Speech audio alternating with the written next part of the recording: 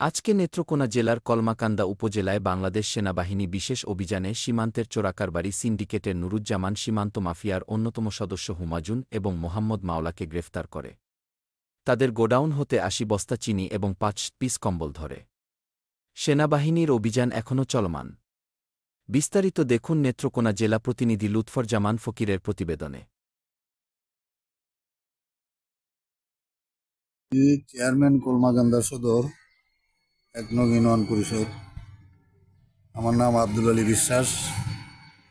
আমার ইউনিয়নে আইনশৃঙ্খলা পরিস্থিতি অনেক ভালো এবং সেনাবাহিনী আসার পর থেকে আমার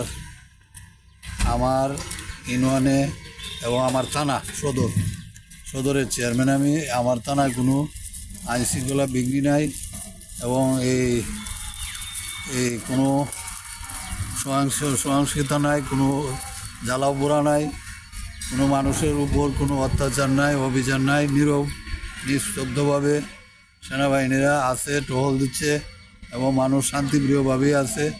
আমি আশা করি সেনাবাহিনী এখানে আছে আমার এই উপজেলা সদর ইউনিয়নে কোনো ঝামেলা হবে না, ভালোই থাকবে, চলবে ভালো। আমরাও আশা করি সেনাবাহিনী থাকলে ভালো হয়। জি, সেনাবাহিনী বেশ কিছু চোরাকারবারি এবং অবৈধ বালি এইসবের উপরে একটা অভিযান করছে। এই কয়েকজনকে ধরেছে, হুমায়ুন এবং আপনার মৌলাকে ধরেছে। এই যে চোরাকারবারিদের উপরে যে সেনাবাহিনী একটা হার্ড লাইনে জিরো টলারেন্স একটা পদক্ষেপ গ্রহণ করেছে, এই ক্ষেত্রে আপনি কি বলতে চান? না, এটা ভালো। এটা চোরাচালানি বন্ধ হইলে ভালো। আমি মনে করি এই চিরুনি অভিযানটা প্রয়োজন আছে।